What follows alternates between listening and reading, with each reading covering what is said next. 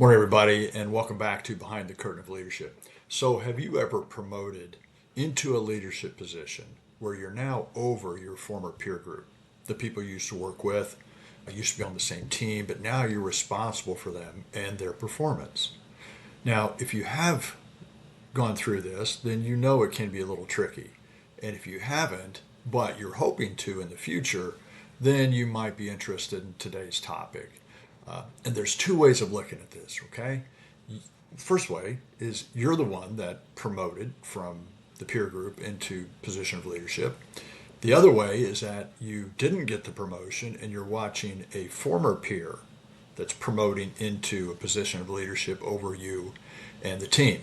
Now, I've experienced both sides of this and I've helped many other people work through it. Those who received the promotion and then those who didn't receive the promotion. And usually these things work out. Sometimes they don't, but they're always a little different. So let's look at an example of someone going from peer to leader, and let me set the stage using a fictional person named Bob. So company A is looking for a new department leader, and after evaluating some internal and external candidates, they've decided to offer this position to Bob. And Bob is an internal candidate, and Bob has worked really hard. He's done a great job over a period of time, and he's earned the opportunity. So for Bob, this promotion leads to more responsibilities, increased compensation, and is part of his career growth goals. For the company, it's a way to recognize an employee's hard work, promote from within, give other employees a chance to move up by backfilling Bob's vacated position. So usually it's a win-win-win situation for everybody. So now Bob is thinking, wow, this is awesome. After several years of hard work, this is finally paying off, and now I get to actually lead the team, make decisions, and start building my career. And life is good for Bob, as it should be, right? It should be good for him. So how do you think this is going to go for our friend Bob?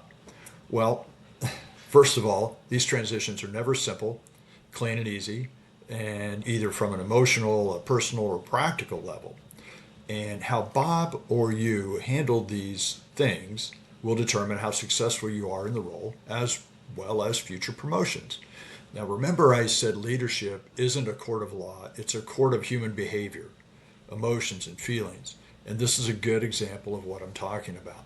So for now, let's just kind of forget all the tangible learning that Bob or you will gain from these new roles, which is all generally pretty straightforward, and just focus on the people and relationship side of it, which is the heart of leadership. So here's what Bob or anyone is going to have to deal with in this situation. Remember, he just promoted from peer group to leader of that former peer group. So most of his former peers are going to be happy for Bob, but some won't, and some will think he didn't really deserve the promotion and he just lucked into it or something like that. Others are going to think they probably were better suited for the promotion, and some will be quick to point out Bob's mistakes early and often as he learns this new role. And after a few weeks, many people are going to say, Bob, you have just changed somehow, and you're just not the same person that we used to know. And we just don't even know who you are anymore. And finally, a few others, this is not as common, but it does happen. A few others may challenge Bob's authority, either openly or behind the scenes, which means Bob will have to address that situation fairly soon. Now, these are just a few of the many obstacles that Bob or you are going to have to overcome. So how does our friend Bob get through all of this in addition to learning and performing in his new role of leading the team? Well, first of all, keep everything in perspective and remember the three keys to leadership. It's making that positive emotional connection. It's inspiring others to become better tomorrow than they are today. And it's caring more about the team's goals than your own goals. So beyond that, here's how I would coach or advise Bob or anyone in this situation. And there's 10 things. There's 10 things. First thing, remember you earned the promotion because of who you are, your qualities, your communication ability, your ability to develop trust, evaluate situations, and make good decisions. And number two, check your ego at the door. And part of being a leader doesn't mean it has to be your way all the time. And accepting this is not a position of weakness, but a position of strength. As a leader, your job is to inspire your team. And people are inspired when their ideas and opinions are heard. So give them a chance to voice their opinions on topics or issues, and you may have different opinions. And it's okay. Now, it doesn't mean you have to have an open discussion on everything, but if you find the team or someone on the team has a better solution than yours, it's perfectly okay. Number 3, prepare to be heard. Now, this is going to sound a little soft, but we're all people, and people have emotions and feelings. And former peers will say things that can be hurtful. And keep in mind, these are coming from their emotions and their feelings.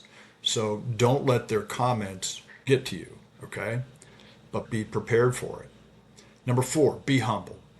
As a newly promoted leader, there are many times when you're going to be wrong, right? You're learning new things and you're not sure what you're doing. And there's always going to be someone there waiting to point that out to you. So you want to take these times as opportunities to learn from your team. Show them you're not perfect. You are going to make mistakes and you're willing to ask for input from those around you. Number 5, be prepared to work differently than you did before. Now, everybody that goes from a frontline position to a position of leadership will experience this dramatic change. You may not realize it early on, but one day you'll wake up and you'll understand. Now, maybe you used to go home at the end of the day and start your evening or your weekend. Maybe you took the kids to practice, maybe you went to a ball game, maybe you played golf, you went fishing, you worked out, you worked on a project, whatever you do for personal enjoyment. But there was always a clear separation between work and personal time. When you become the leader or manager or boss, that line is effectively gone.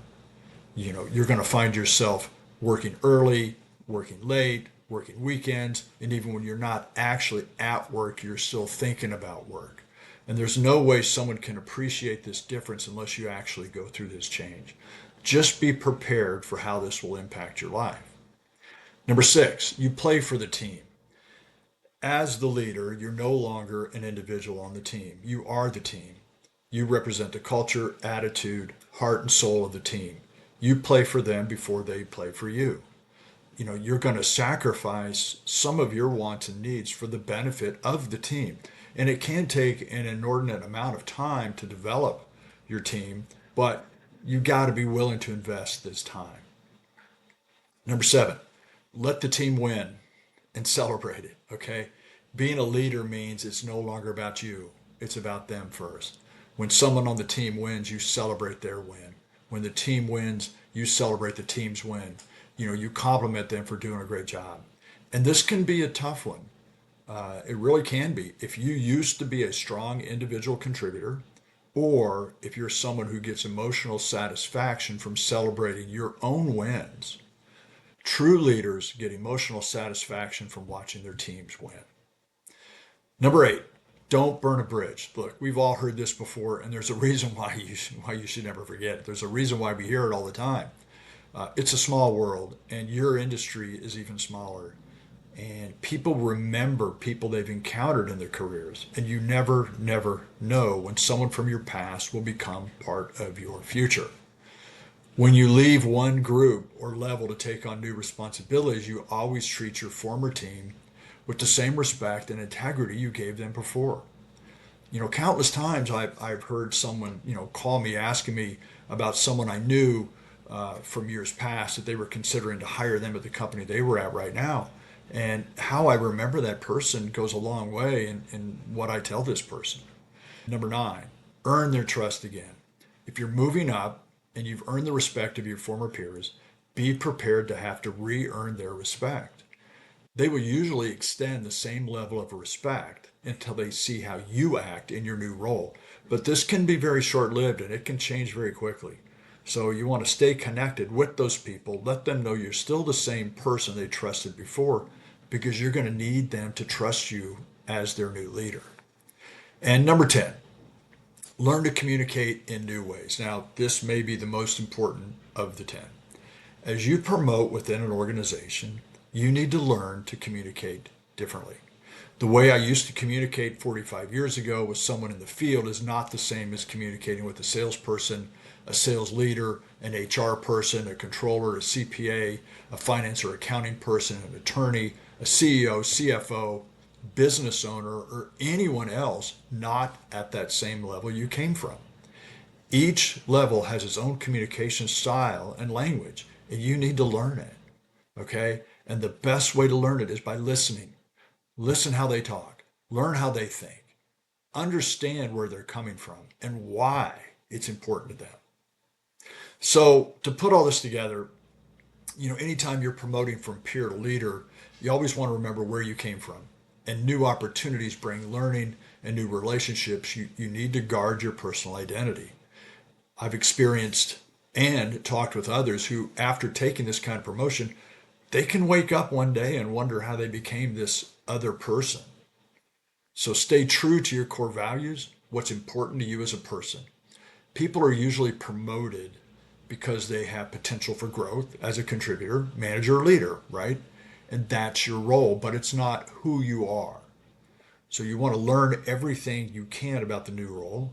Read, listen, watch, ask questions, learn communication styles, and continue giving your best every day.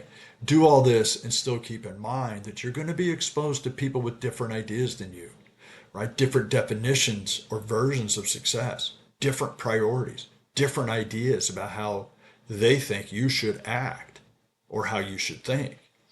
At first, you're going to find this all really exciting, but just be aware of the compromises you may be making to who you are and what's important to you in your heart and soul. As long as these are all aligned, everything is fine. However, when there's misalignment, you're going to have internal conflict. Now, how you resolve this conflict is a different topic of conversation, and there's no right or wrong answer, but just be aware that it's happening and take responsibility for how you respond. Kind of a long segment today, but I see people deal with this literally all the time, and nobody really prepares them for what they're going to experience. They'll tell them about the new tasks and responsibilities you're going to have, but nobody tells them how to deal with people. And this is the thing I find so interesting in work today and much of my career is this whole concept of leadership and human behavior and people and feelings and emotions.